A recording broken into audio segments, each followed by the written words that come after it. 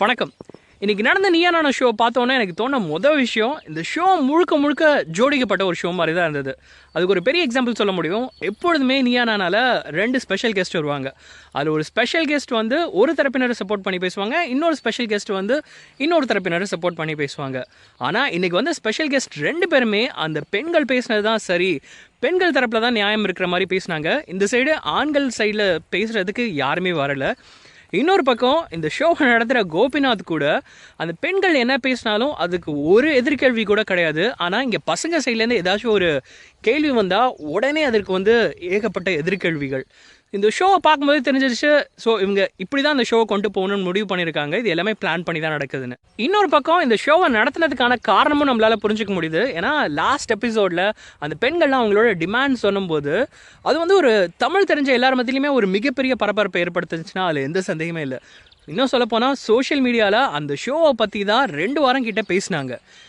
நான் சொல்கிற விஷயம் வந்து அந்த பர்சனல் மீம்ஸையோ இல்லை ட்ரோல் வீடியோஸையோ பற்றி பேசலை. ஏன்னா ஒருத்தவங்களை வந்து தனிப்பட்ட முறையில் தாக்குதல் பண்ணுறது ரொம்பவே தவறான விஷயம். ஸோ அது மாதிரி மீம்ஸ், அது மாதிரி ட்ரோல் வீடியோஸ்லாம் நாங்கள் அப்ரிஷியேட்டே பண்ணுறது கிடையாது. ஆனால் அதையும் தாண்டி எல்லார் வீட்லேயும் இதை பற்றி ஒரு டிஸ்கஷன் இருந்துச்சுன்னா அதில் எந்த சந்தேகமே கிடையாது. இன்னும் சொல்லப்போனால் இது மாதிரி நீயா நான் ஷோக்கு பெண்களை அனுப்பவே கூடாது. ஏன்னா அவங்களுக்கு வந்து பாதுகாப்பே இருக்காது, அவங்களுக்கு இது மாதிரி ஒரு கெட்ட பேரை ஏற்படுத்தி விட்டுறாங்க டிஆர்பிக்காக அப்படிங்கிற அளவுக்குலாம் வந்து பேச்சு போணுச்சு.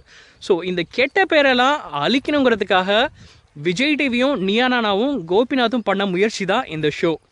ஸோ இப்படி நம்ம வந்து பெண்களை ரெப்ரசன்ட் பண்ணுறது மூலமாக பெண்கள் வந்து தைரியமாக வரலாம், உங்களோட சப்போர்ட் ஃபுல்லாக எங்களுக்கு தான் இருக்குன்னு சொல்கிறதுக்காக தான் இந்த ஷோவே நடத்திருக்காங்க.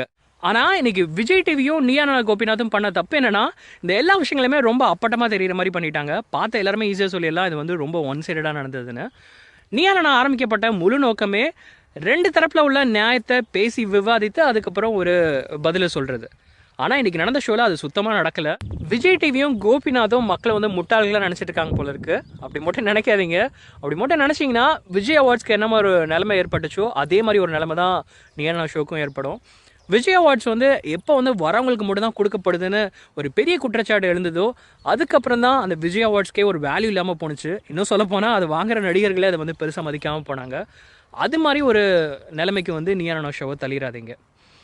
இதுதான் நான் ஃபீல் பண்ண விஷயம். ஸோ இன்றைக்கி நடந்த நீயா நானா ஷோவை பற்றி நீங்கள் என்ன நினைக்கிறீங்கன்னு உங்களோட பதில் கமெண்ட்ஸில் சொல்லுங்கள். இது வந்து ஒன் சைடடாக நடந்ததா இல்லை 2 தரப்புக்கும் சமமான வாய்ப்பு கொடுக்கப்பட்டுச்சான்னு எல்லா விஷயங்களும் உங்களோட பதிலில் சொல்லுங்கள். இதே மாதிரி இன்னொரு நல்ல வீடியோட உங்களை மீண்டும் சந்திக்கிறேன். நன்றி.